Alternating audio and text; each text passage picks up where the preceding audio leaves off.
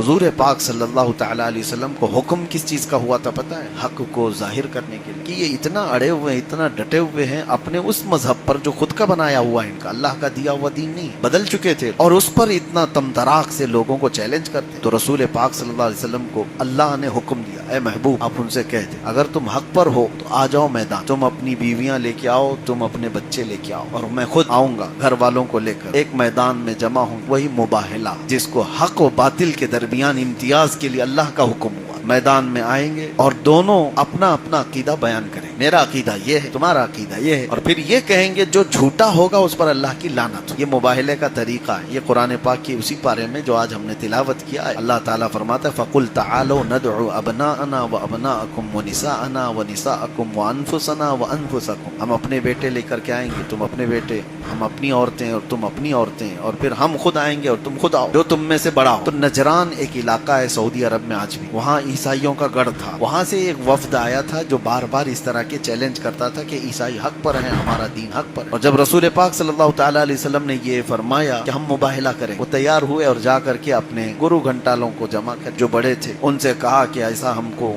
حکم ہوا ہے، انہوں نے یہ چیلنج کیا ہے مباہلہ کر، تب تیار ہوئے۔ اب جب مباہلے کی بات آئی میدان میں جانے، تو ایسا نہیں کہ رسول پاک صلی اللہ تعالیٰ علیہ وسلم گئے، بلکہ خود مدینے سے چل کر نجران تک چلے، اور اس میں کون تھے؟ حضور پاک صلی اللہ تعالیٰ علیہ وسلم نے اپنے ساتھ امام حسن کو، امام حسین کو، حضرت فاطمہ زہرا کو لیا، اور شیر خدا کو ساتھ لیا۔ پنجتن پاک، دنیا کی سب سے حسین قافلہ یہ نکلا ہے نجران کی طرف، اور جب نجران پہنچے میرے آقا صلی اللہ تعالیٰ علیہ وسلم حسنین کریمین کو اپنے گود میں اٹھائے، اور حضرت فاطمہ زہرا چادر کی ہوئی حضور کے پیچھے چل رہی ہیں، اور مولا علی شیر خدا ساتھ ساتھ چل۔ جب پہنچے وہاں پر تو عیسائیوں کا جو بڑا قلعہ تھا، وہاں پر سے وہ لوگ دیکھ رہے تھے کہ یہ آنے والے مدینے سے جنہوں نے نئے دین کا اعلان کیا ہے، اور وہ چیلنج بھی کیا ہم کو مقابلے کا، تو انہوں نے بڑے جو پادری تھے ان سے کہا کہ وہ قافلہ آ گیا۔ تو عیسائی جو سب سے بڑا راہب تھا، عمر دراز تھا، وہ چھت پر چڑھ کر کے آنے والے قافلے کو دیکھا، ان کے چہروں سے جو نور جھلک رہا، ان کے چہرے جو چمک رہے تھے، وہ غصے سے تل ملاتے ہوئے نیچے آیا اور کہا کس بدبخت نے ہم میں سے ان کو مباہلے کی دعوت دی، کس نے کہا اور کس نے تیاری کی؟ تو سب جمع ہوئے، تو لوگوں نے پوچھا ہوا کیا آخر؟ کہا قسم خدا اگر مباہلہ ہو گیا اور انہوں نے آمین کہہ دیا تو قیامت تک اس پوری زمین پر کوئی عیسائی زندہ ہی نہیں رہے۔ تم کیا سمجھتے ہو؟ ان کے چہرے دیکھو، ان کے چہروں کا نور بتاتا ہے وہ سچے رسول ہیں۔ اس وقت مباہلہ نہیں ہوا،